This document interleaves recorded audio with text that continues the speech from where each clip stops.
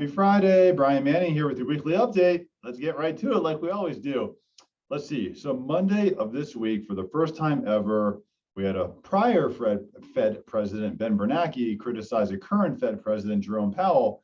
And Bernanke just came out and said that the Fed has just completely mismanaged inflation and monetary policy. I'm not surprised that he came out and said this, but it was kind of unique to see a prior Fed president criticize the current one. I mean, if you look at any of our updates from last year, middle of last year, we were talking about inflation, saying that the Federal Reserve has to raise rates. And all last year, the Federal Reserve was saying, oh my gosh, inflation is transitory, and they think it's going to go away. And sure enough, here we are. Inflation is not transitory. So Ben Bernanke coming out, which was interesting to see, but honestly, he was pretty spot on with what he was saying. We truly believe that we're going to see inflation be problematic through towards the fall of this year, probably like October.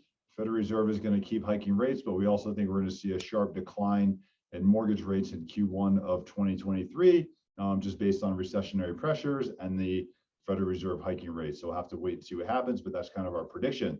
Tuesday this week, we got some housing market information. This came from CoreLogic. It's a little bit dated. It's for the month of April, but still, it shows us that on a month-over-month basis, home appreciation was up 21%. I'm sorry, year-over-year basis, home appreciation was up 21%.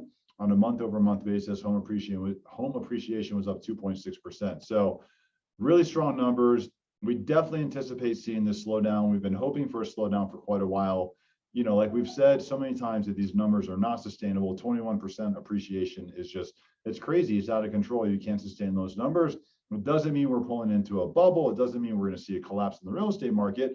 It's just that 21% appreciation on a year-over-year basis is not sustainable. It has to calm down at some point in time. And it's kind of funny is, we had so many buyers that were struggling and fighting and couldn't get offers accepted because they're saying, oh my gosh, there's no inventory out there, and they couldn't compete and they couldn't win. And now in the last couple of weeks, we're seeing more inventory. And now you have buyers saying, oh my gosh, I think there's so much inventory, we're going to see a collapse. No, we're not. We need more inventory. We've needed more inventory for a long time. And certainly seeing this right now is really not a horrible thing. Wednesday this week, we got some feedback from Zillow. So Zillow, every single year, they survey the top 100 economists across the United States. They ask them a lot of real estate questions. And general consensus was that over the next 5 years, we're going to see between 4 and 8% appreciation in our real estate market, which is a really strong number. If you ever want to run an appreciation calculator with me, give me a call. We can look at it. If you buy a house today at X amount of dollars, it appreciates at 5% per year. What does that do 8 years from now? The numbers are really astounding. It still makes owning a home extremely profitable. Today, we get the big inflation report, CPI. This is the Consumer Price Index. Consumer Price Index came out looking at the month of May. The headline number on a month-over-month basis was up 1%, and the headline number on a year-over-year basis was up 8.6%. So that definitely rocked the markets.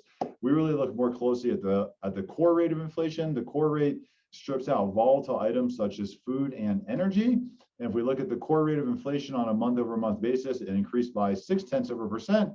And on a year-over-year basis, it actually went from 6.2% to 6%. So I wouldn't say looking at the core rate of inflation that we're at a point right now where we're going to start to see inflation come down. I still think you're going to see inflation be a battle probably until September, October, November, somewhere in there. But that's what we're looking at for the core rate. Also, looking at gas prices, we have WTI.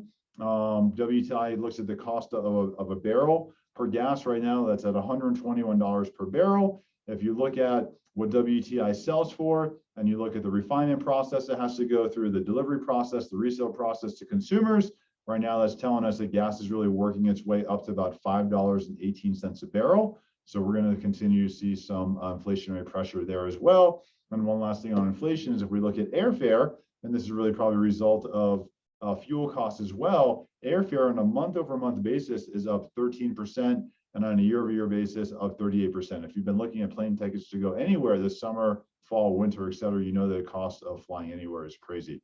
I'm available all weekend. If you have any questions, let me know. I would love to help you any way I can. If you want to go through our strategic buyer consultation, give me a call.